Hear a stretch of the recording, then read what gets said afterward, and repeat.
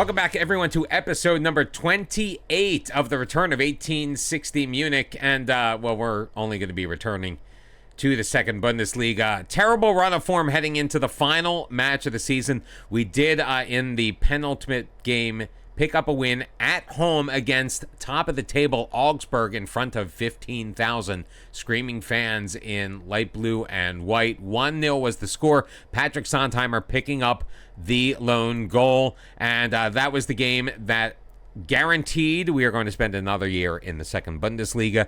We are currently in 13th place, sitting on 37 points, a far cry from where we wanted to be when we started off this campaign. But with only 3 points left to go, we're 11 points ahead of Hansa Rostock, who is in that current promotion relegation playoff spot in 16th. So we are 100% safe. We are playing out the string. We've got our final match of the season. It's going to come against number 12 Karlsruhe, and it's going to be our last opportunity to see the team as it stands. I've gotten to the point with this team where if I get offers for players in the summer, they are going to be gone. I have divorced myself mentally from individual players in the squad.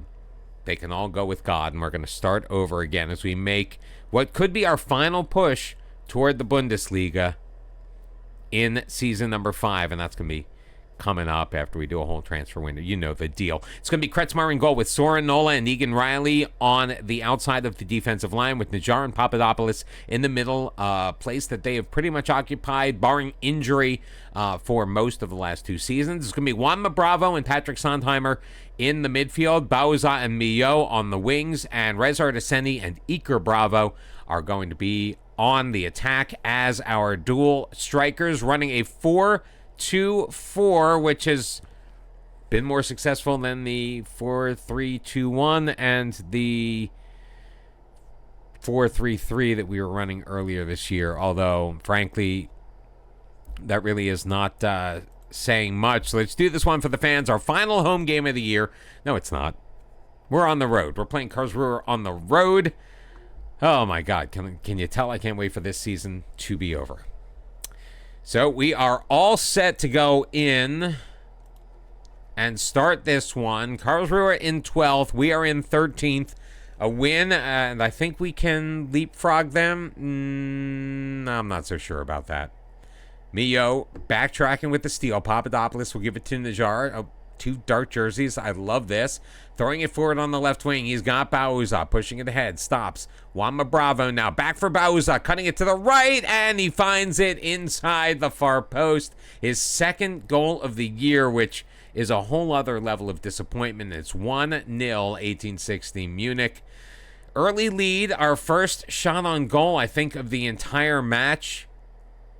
Bauza, both of his goals have been like that, where he's kind of pushed it left to right and beaten the goalkeeper, as he kept moving in that side going toward the far post. Yep, first shot on goal, first shot on target, first goal of the game. Millo delivering a corner, but Reelman is going to come out before Papadopoulos can get his head on that one. He's going to make a pretty easy grab, drop it down, and send it way long. Egan Riley's the only one there, pushing it forward. Millo trying to move past the man, he can't. Back for Egan Riley. He's got Papadopoulos now. Switch of play over to Najar. Ahead for Juanma Bravo. It's got Rezar Deseni in. Iker Bravo. What a weak shot, and it's cleared off of the line. Please tell me, Lord, that was a graphical engine thing and not just a weak sauce attempt by Iker Bravo. Pretty sure it was the latter, wasn't it? Time ticking away now in the 29th minute. Free kick, Bravo looking for Papadopoulos. Can't find him. Bravo heading it in, though, charging in from the edge of the box. But he cannot find the target. Trying to make it 2-0. I mean, we're doing everything we can. Currently outshooting Karlsruhe 9-0, enjoying 56% of the possession. 1.29 XG to obviously 0, because, again, no shots on goal, let alone on target. But only a 1-0 lead. They picked up their first shot in the 40th minute.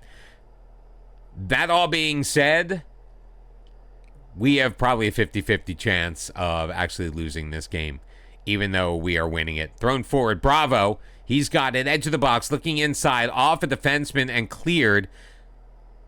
Kiel's got it.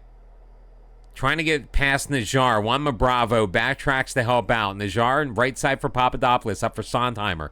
He's got Mio in the middle of Senni. Through ball to Iker Bravo. Bravo chipping the goalkeeper and chipping it wide. Oh, he's done at halftime. I can't keep watching him. I mean, he's so good. He scored so many goals. He had 4 in his first match in our first round matchup in the DFB Pokal. But it's missing those 2. I mean, he had 2 clear-cut opportunities that he just could not take advantage of. And that's why Rezard Azeni's on a 7.9 without scoring a goal. And Iker Bravo's on a 6.4. So Iker Bravo is going to make way for, let's give Marty Kobylянski another shot. Why the hell not? One change at halftime. Martin Kobylянski, only making his 3rd appearance of the entire season, taking over for Iker Bravo after 45 minutes in this one. Outshooting them 12-2. We've got 58-42 possession. We're doing everything we need to. Corner kick Mio Najar. There it is. Finally popping it in far post for his 2nd goal of the year. 2nd goal of the game for 1860 Munich. And they have taken the 2-0 lead off of the set piece. Najar hanging out near post, putting it across the goal and into the back of the net. Goalkeeper, nothing he could do. Sorinola to get it back from Bauza.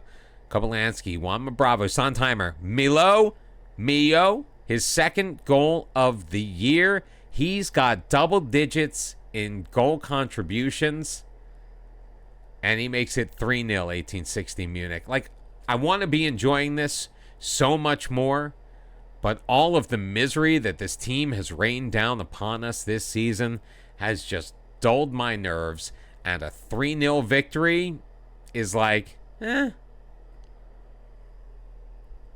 Like, where was this 6 weeks ago?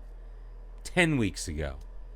Why can't we do this more than one game at a time? Although this will be back-to-back victories in the league for us if we're able to hold on. As Sorinola pushes it in the middle, carries it into the box, taking it himself, but Riemann able to lay out to his left to make a pretty easy stop. 65 minutes have gone in the books. It's 18-2, the shots on goal favoring 1860 Munich as we do look to make some changes.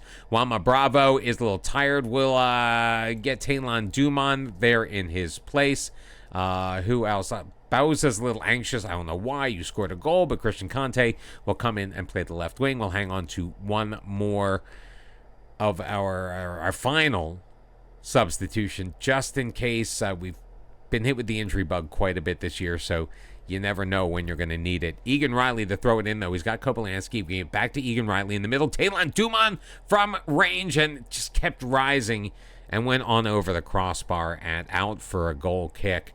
Just over 15 minutes left to go, and it looks like we are going to cruise to victory and a 12th place overall finish where, I mean, frankly, just a couple hours ago here on stream and at the end of last episode is a place that we would have taken, although we would have thought that we would have gotten a little bit further since the last episode. But, you know, this whole season has pretty much been a wash since fairly early on.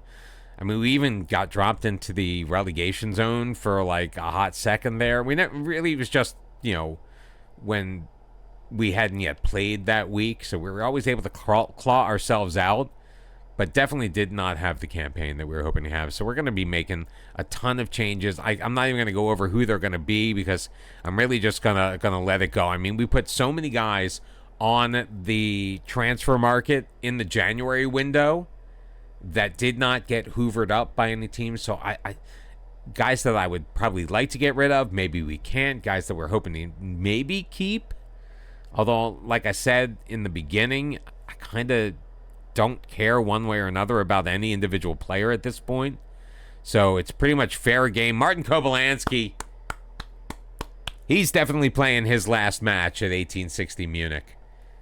His contract is up at the end of this year regardless. But he may have scored the last goal of the season, his first of the year, Very good servant in our early seasons, just got older, fell off skill-wise, just really couldn't find a spot in the squad. And, of course, Sondheimer gets sent off with like 6 seconds left.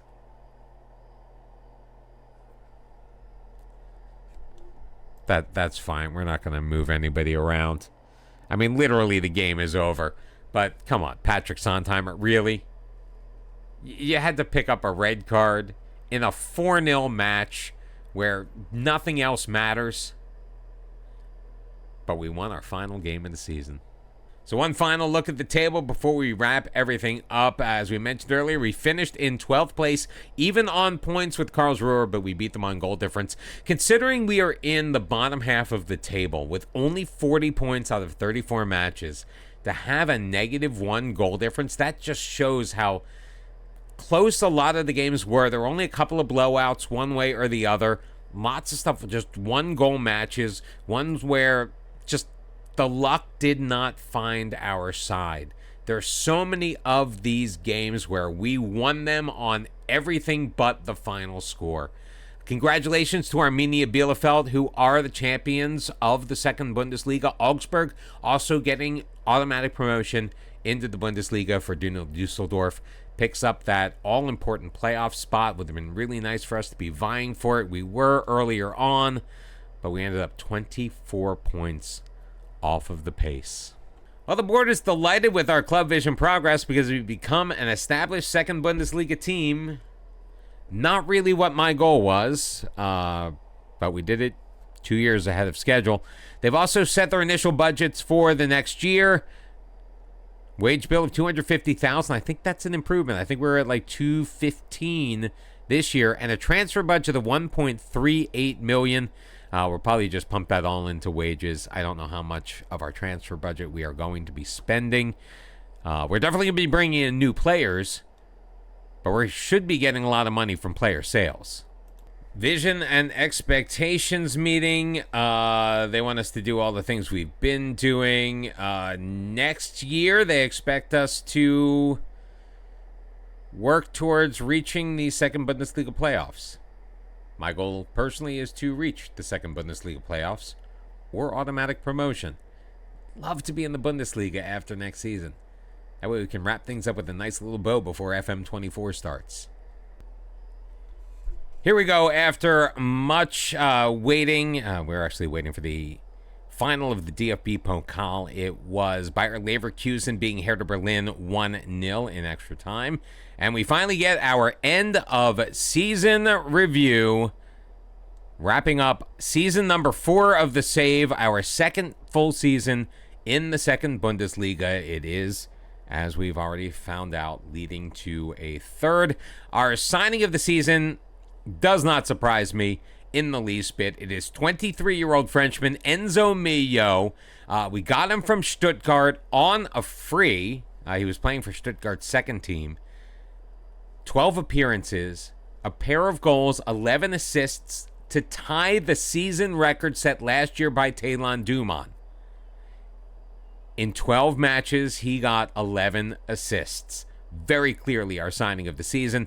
Number 2 was Juan Bravo. The only player we really spent money on, $110,000 to bring in the 28-year-old box-to-box midfielder. Again, 12 appearances, all of them starts, a pair of goals, and 4 assists. Patrick Griel, he didn't play as much as we thought he would. 24 appearances overall, 3 goals, 3 assists. He played well when he did. He just could not find a regular spot in our rotation. Iker Bravo, we brought him in on loan when we lost Rezart Izeni early on due to injury, and he was gorgeous for quite some time.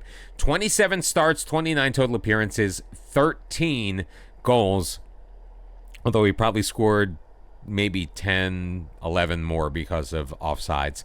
Usman Diakite, we ended up having to pay $6,000 in compensation to him. He made 14 appearances, scored a goal for us. Tomasz Kessler, we got on a free in the January transfer window. Not really expecting a lot from him this season. He did end up making 1 appearance. as a start. We got him from Portland. CJ Egan-Riley on a free from Burnley. The 23-year-old defensive midfielder made 24 appearances from us. Unfortunately, contributed absolutely 0 points, but he played many of those matches on the back line. Seymour Fjunger did pick up a goal. It was early on. He only made 3 appearances. We didn't really expect much from him. He ended up coming in when Antonio Papadopoulos and Jamil Najjar both went out with injuries. Matthew Sorinola, very good signing, getting him for free. The 25-year-old attacking fullback played on both of the the outside back positions. 28 appearances, did pick up an assist. Juan Bauza, kind of a mixed bag with him. Not sure what we're going to be doing with him moving out. Kind of expensive. 20 appearances, 2 goals, and 3 assists. Kang Min-gi, the 24-year-old winger out of South Korea, was a bit of a disappointment. We had to pay 31 grand in compensation for him. 7 appearances overall, just 1 goal. Couldn't really find a spot when we made the formational change to the 4-2-4. Sammy Pugh, Free Americans, picked him up in the January transfer window, made 6 total appearances for us. To mixed results. Got caught out of position a couple of times. He's got some work that he needs to do, but a lot of raw talent. Xavier Frohawk, we played him at left back primarily in his 6 appearances. We got him from one of the teams in Chicago, again for free. And Ilian Haddock became our backup goalkeeper when we realized that Dudu was just not going to be worth it.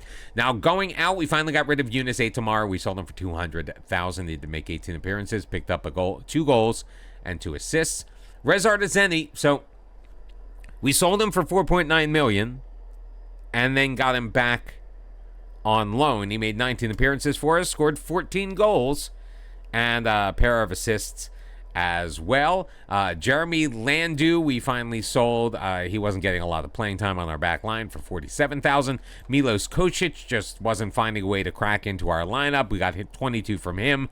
Albion Venezia left on a free, as we know, last summer. $205,000 was what we got for Adams Vigala. We picked up almost 45 grand for Jakub Rezik. I kind of wanted to keep him, but I was in a mode where if somebody was going to make me an offer and it was reasonably acceptable, I was going to just take it because we really needed to shuffle the deck. And then a couple of young players also went out in Lars Ruthenbeck for $215,000 and Stefan Filbert for $150,000. Some of the moments to remember: we were expected to avoid relegation from the second Bundesliga. We did just that, came in 12th place. Our top goal scorer was Rezart Izeni with 14 goals. Just shy of 200 below our total attendance for our average home attendance, which is pretty good. A 12th place finish.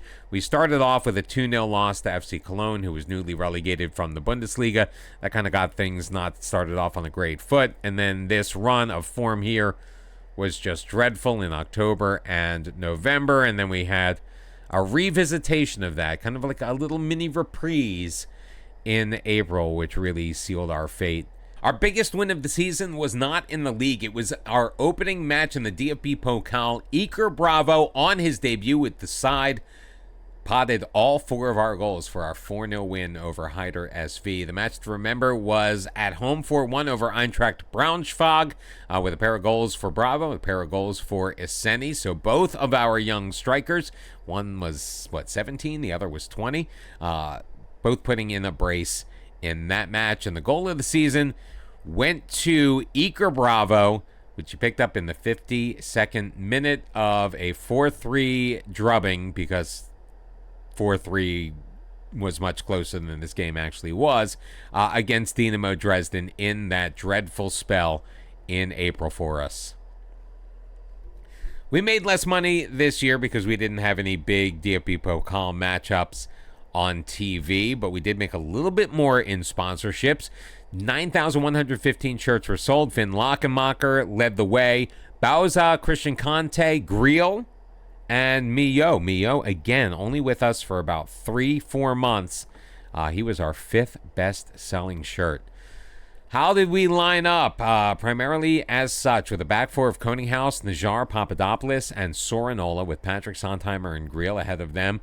The wings were Bauza and Jardel Kanga, with Iker Bravo and Rezart Iseni up top, and Tom Kretzmar in goal, who may have seen his final days here at 1860 Munich. No manager awards for us. Our player of the season from the fans was Antonios Papadopoulos. The young player of the season, Rezart Iseni. We already know that Enzo Mio was the signing of the season. Juanma Bravo had the goal of the season. Did I say Iker Bravo? I meant Juanma Bravo. Oh, it was that grass cutter from about 24 yards out. That was a nice one.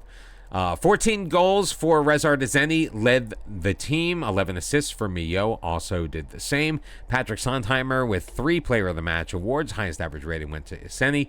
And the most completed passes per 90 minutes to Antonios Papadopoulos. And Enzo Mio, as we have already alluded to, tied a record for the most assists by a player in a season with 11. And was anything interesting added to our dynamic manager timeline? Nothing. The only thing all year was trending downwards. That's pretty sad. Well, thank you for sticking with me for this incredibly disappointing season. We are going to handle our transfer window a little bit differently than normal. We're going to sell basically anybody that we can, and we are going to make as many changes as humanly possible because we cannot leave the team as it is if we are hoping to make the Bundesliga in season number 5. We hope to see you then. If you enjoyed this at all, please make sure you hit the like button. Any support you can give the channel is absolutely fantastic, and we appreciate every little bit of it. Also, make sure you hit the subscribe button and you turn on your notifications so you know when each new episode is going to come up, even though I have kept to a very strict schedule. Still, again, support the channel in any way that you can. We will see you back here for episode number 29 and our transfer special. Until then, bye-bye.